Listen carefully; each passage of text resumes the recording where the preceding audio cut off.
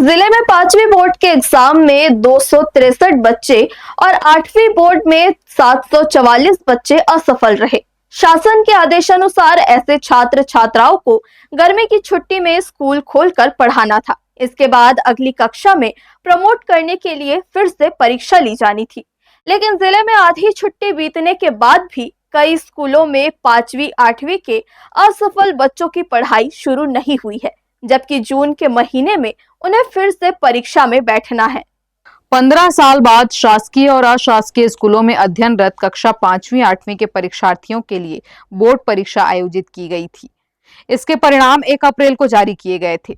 जिले में 5वीं में दर्ज 17,137 परीक्षार्थी में से 16,581 परीक्षार्थी उत्तीर्ण हुए।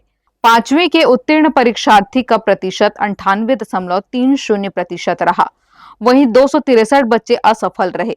इसी तरह कक्षा 8वीं के 16,824 परीक्षार्थी में से 16,007 विद्यार्थी उत्तीर्ण हुए। 8वीं बोर्ड का रिजल्ट 95.46% रहा। इस परीक्षा में 744 परीक्षार्थी असफल हुए। उनको शासन के पूर्व में जारी आदेशानुसार गर्मी की छुट्टी में स्कूल लगाकर फिर से पढ़ाना है। इसके बाद फिर से परीक्षा लेकर अगली कक्षा में प्रमोट करना है, मगर इस आदेश का कई स्कूलों में पालन नहीं हो रहा है। आधी ग्रीष्मकालीन छुट्टी समाप्त हो गई है, लेकिन बच्चों की पढ़ाई शुरू नहीं हुई है।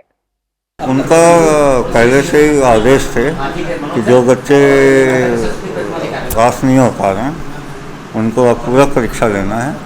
उसके लिए जो बच्चे ऐसे बच्चों को बुला के अतिरिक्त क्लासेस लेने हैं और परीक्षा में बिठाना है, ये पहले से निर्देश है।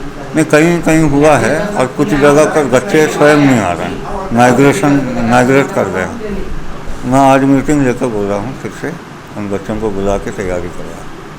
5वीं और 8वीं बोर्ड परीक्षा में कई छात्र 1-2 विषय में असफल हुए हैं। उनको सिर्फ फेल होने वाले विषय की पढ़ाई करानी है। इसके बाद लोक शिक्षण संचालनालय के निर्देशानुसार 16 जून से 3 जून के बीच परीक्षा ली जाएगी।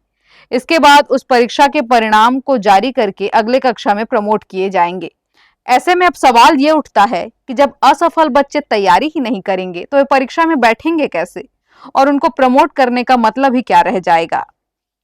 हर्ष न्यूज के लिए देवेश देवांगन की रिपोर्ट।